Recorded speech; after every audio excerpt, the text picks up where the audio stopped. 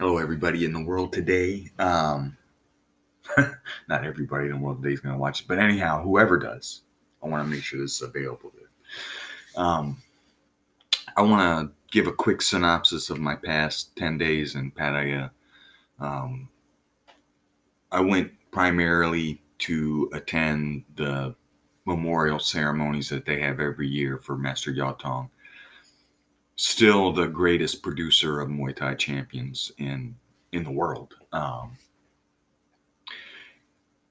And while I was at the gym training throughout the whole time as well, twice a day, I love my crews there. That goes without saying if you're familiar with me at all. But I wanted to share two different um, stories, discoveries that I had while I was there. First being that Pattaya is getting increasingly more expensive to travel around in. Unless you have a motorcycle, motorbike, scooter, moped, whatever you want to call it, depending on which part of the world your slang uses. If you do not have that or your own car, getting around anywhere in Pattaya is damn near criminal expensive when compared to here in Bangkok. Great example. When we arrived back to Bangkok at the more cheap bus station, I took a cab from there back home. The totality in distance was about 2 or 3 kilometers, I think. And it cost me 70 baht. The same distance in Pattaya in a cab is going to be a minimum of 250 baht these days, which is, I don't get it, but in Pattaya, they don't use their meters. At least I've never seen a cab with a meter on or even a meter inside.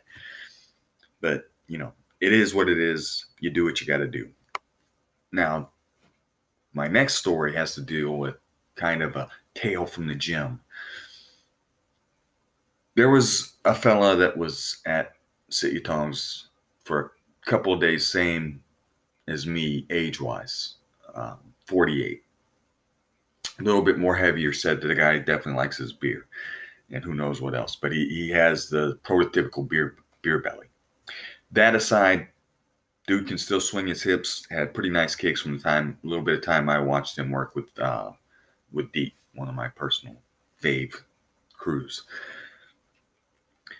But a couple of days later, I noticed, man, this guy always shows up late. And as I'm leaving my training session, as in I already did everything. I did my warm-ups. I did my pad work. I did my after cool down. I even think that day I even did a round of clinching with one of the kids there.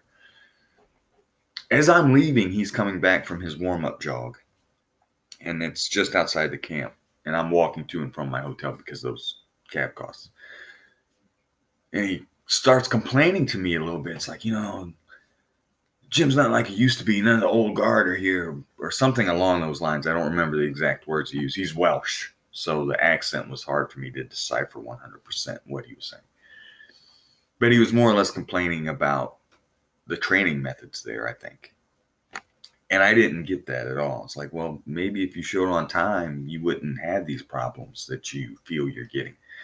And then he follows that statement up with, like, it just seems like this place is aimed at tourists or something. And that just really caught me off guard because, like, aside from me that just left doing a session, and aside from you that's just going in for a session an hour late, I might add, that place is full of about a dozen Thai kids, local kids. Where are these tourists that you're talking about that they're catering to? Sometimes I don't understand the complaints of Western people when they talk about things here. I don't know. But anyhow, I wanted to get this out and plus let everybody know that I'm not dying yet. All right. See ya.